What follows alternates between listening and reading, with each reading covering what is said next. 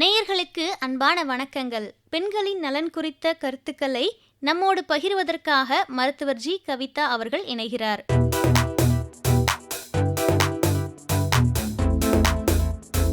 இவர் சென்னையில் பொதுநல மருத்துவராக பணியாற்றி வருகிறார். கடந்த 35 ஆண்டுகளாக வருமுன் காக்கும் மருத்துவத்தில் பணியாற்றி வருகிறார். பெருந்தொற்று காலத்தில் 1000க்கும் மேற்பட்ட நோயாளிகளை பிரத்யேகமாக சிகிச்சையளித்து காப்பாற்றியுள்ளார். மெட்ராஸ் பல்கலைக்கழகத்தின் கீழ்ப்பாக்கம் மருத்துவக் கல்லூரியில் தன்னுடைய MBBS படிப்பை முடித்தவர். நீரிழிவு நோய்க்கான FCID ஃபெலோஷிப் சான்றிதழை இந்திய மருத்துவச் சங்கத்திடமிருந்து பெற்றார். ஹார்வர்ட் பல்கலைக்கழகத்தில் நீரிழிவு மற்றும் சர்க்கரை நோய் பிரிவில் சிறப்பு படிப்பையும் முடித்தவர். கோவிட் மேலாண்மை படிப்பை ஜான் ஹாப்கின்ஸ் பல்கலைக்கழகத்தில் பயிற்சி பெற்று தற்போது சென்னையில் பொது மருத்துவராக பணியாற்றி வருகிறார். இவரின் சேவைகள் பல. தற்போது நம் அழகப்பா பல்கலை சமுதாய வானொலி நேயர்களுக்காக பகிர்ந்த பெண்களின் நலன் குறித்த கருத்துக்களை கேட்கலாம்.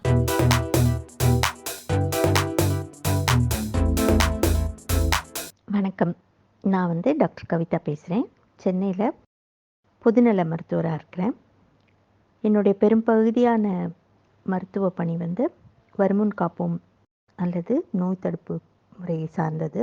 இந்த எண்டோமெட்ரியோசிஸ் என்ற தலைப்பின் கீழே இன்றைக்கி நம்ம இங்கே அந்த நோயை பற்றிய ஒரு விழிப்புணர்வும் அதிலிருந்து நம்மை அதன் விளைவுகளிலிருந்து எப்படி பாதுகாப்பது என்பதை பற்றியும் நம்ம தெரிந்து கொள்ளலாம்.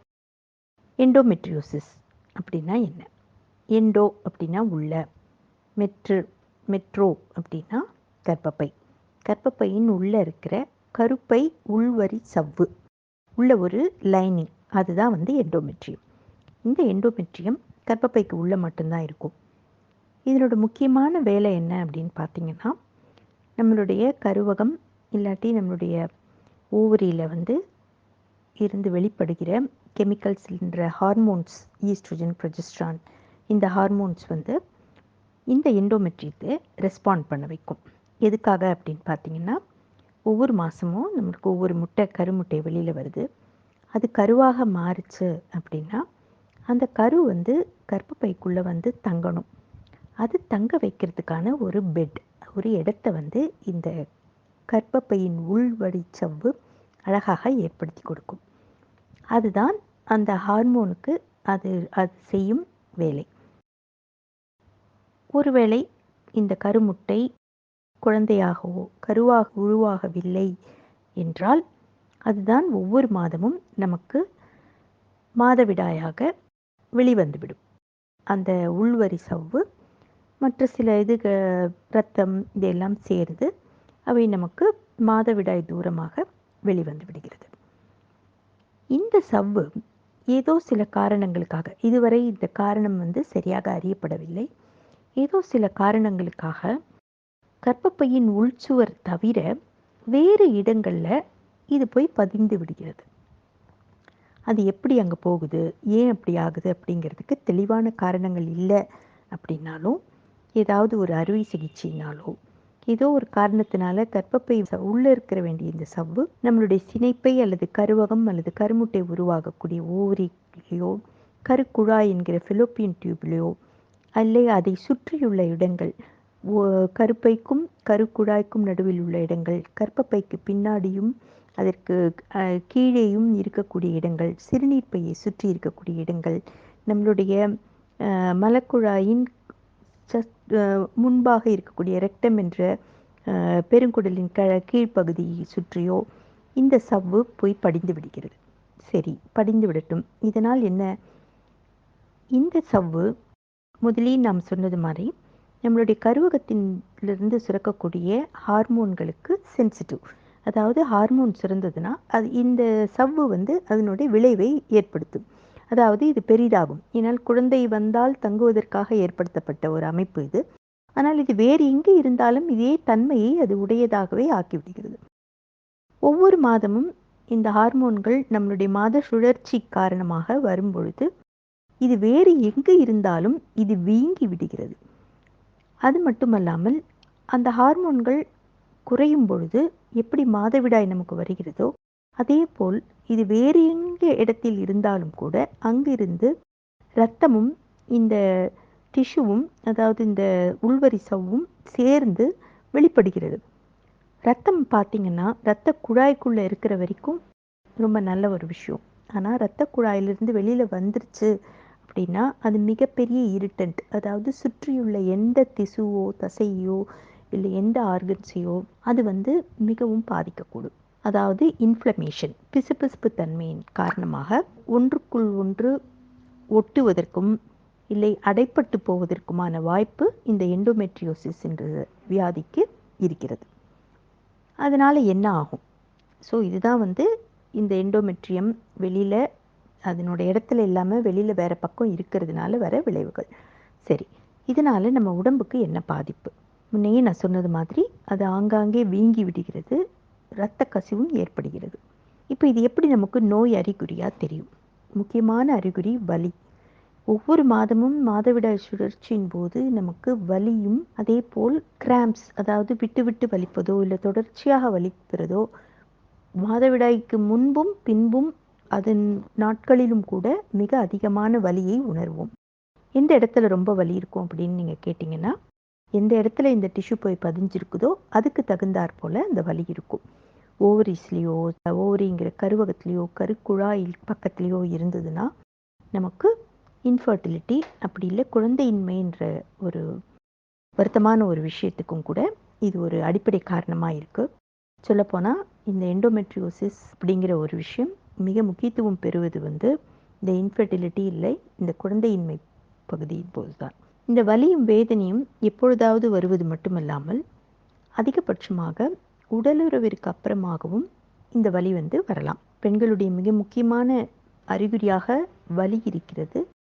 சில நேரங்களில் அதிகபட்சமான இரத்தப்போக்கு, நார்மலான நம்மளுடைய மாதவிடாயும் போது அதிகபட்சமான இரத்தப்போக்கு ஏற்படவும் வாய்ப்புகள் இருக்கிறது. இப்படி மட்டுமல்லாமல் குழந்தையின்மை, அதாவது குழந்தை பேறு கிடைப்பதற்கு நாள்கள் அதிகமாவது, இது அனைத்தும் தான் இதனுடைய அறிகுறிகள். சரி, இந்த அறிகுறிகளோட வருகிற பெண்ணிற்கு எப்படி ஒரு மருத்துவர் இதை கண்டறிவது? பெரும்பாலானது உங்களுடைய அறிகுறியை வைத்தும் உங்களுடைய ஹிஸ்ட்ரி, அதாவது இந்த நோய் சம்பந்தப்பட்டு நீங்கள் கொடுக்கக்கூடிய பிற்பட்ட தகவல்களை எல்லாமும் அவர்கள் நாங்கள் ஆராய்ச்சி செய்வோம். அதில் பார்த்தீங்கன்னா இது ஜெனட்டிக் கிடையாது. ஆனால் சில நேரத்தில் குடும்பத்தில் மற்றவங்களுக்கு இருக்கும்போது, அம்மா, அத்தை, சித்தி, இந்த மாதிரி சில பேருக்கு இருக்கும்போது நமக்கு வருவதற்கு வாய்ப்புகள் அதிகமாக இருக்கு. இந்த எண்டோமெட்ரியோசிஸ் ஹிஸ்ட்ரி அண்ட் எக்ஸாமினேஷன்லேயும் அடுத்து ரொம்ப அழகாக சுலபமாக நம்ம தெரிஞ்சுக்கக்கூடியது அல்ட்ராசவுண்ட் அப்படிங்கிற இந்த ஸ்கேனில் துல்லியமாக நம்ம இதை டயக்னோஸ் பண்ண முடியும்.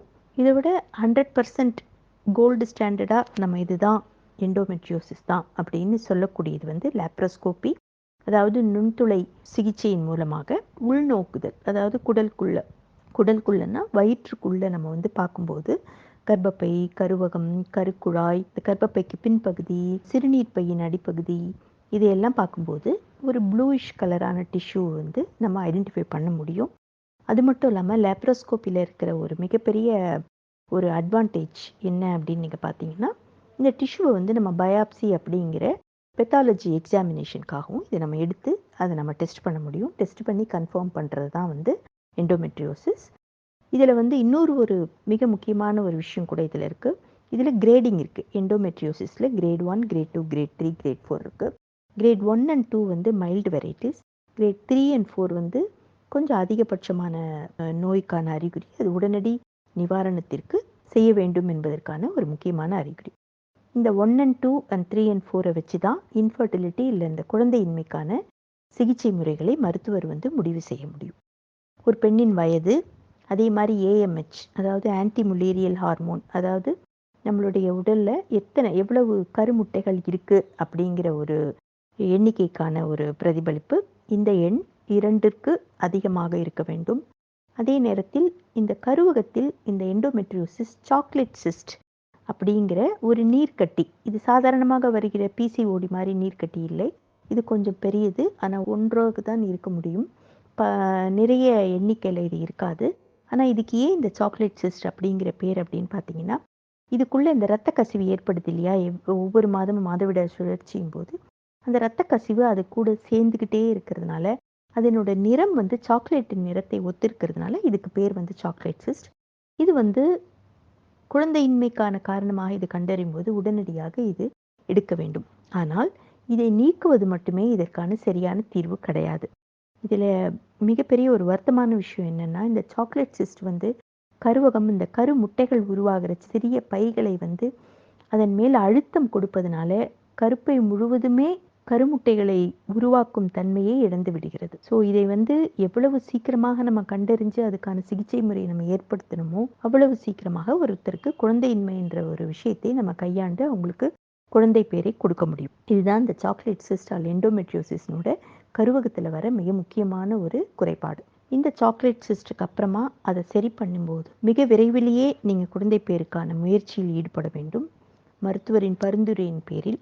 அப்படி இல்லை அப்படின்னா ஆர்டிஃபிஷியல் ஃபெர்டிலிட்டினாலேயோ இல்லை ஐவிஎஃப் முறைகளினாலேயோ இதை வந்து நம்ம வந்து சரி செய்ய முடியும். அந்த காலத்தையும் நம்ம கடந்து விட்டால் வேறு வழி இல்லாமல் டோனார் ஊசைட், அதாவது டோனார் முறையில் கருமுட்டைகளை வாங்கி நம்ம வந்து குழந்தை உருவாக்குவதற்கான முறைகளில் நம்ம இதில் செயல்படணும்.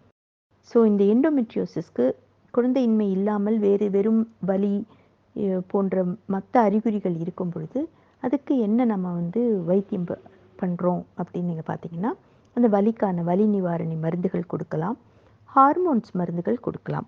அதாவது நம்ம ஃபெர்டிலிட்டிக்கு கொடுக்குறோம் இல்லைங்களா, மாத சுழற்சி முறை 21 நாள்லேருந்து 27 நாள் அந்த மாத்திரைகளை தொடர்ந்து கொடுக்கும்போது நம்மளுக்கு பீரியட்ஸ் நார்மல் பீரியட்ஸ் மாதிரி இல்லாமல் ஹார்மோன்ஸ் ட்ரீட்மெண்ட்டுங்கிறதுனால இந்த எண்டோமெட்ரியோசிஸ் நம்ம கட்டுக்குள்ளே வரும். மிக அழகான ஒரு தீர்வு வந்து ப்ரெக்னன்சி, அதாவது குழந்தை உருவாகுவது. இந்த 9 மாதமும் நமக்கு மாதவிடாய் வராததுனால இந்த எண்டோமெட்ரியோசிஸ்க்கான ஒரு ஹீலிங் டைம் இல்லை அது தானாகவே சரி செய்து கொள்ளக்கூடிய ஒரு வாய்ப்பு அதுக்கு இருக்குது. ஸோ இதுவும் ஒரு மெத்தட். அப்படி இல்லைன்னா இந்த ஹார்மோன்ஸை வந்து இன்ஜெக்ஷனாக போட்டுக்கலாம்.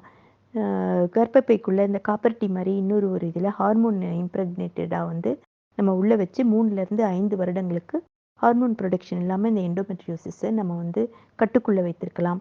ஏன் இதுக்கு எண்டோமெட்ரியோசிஸ் அப்படின்னு பேர் அப்படின்னு பார்த்தீங்கன்னா, it is an ongoing process.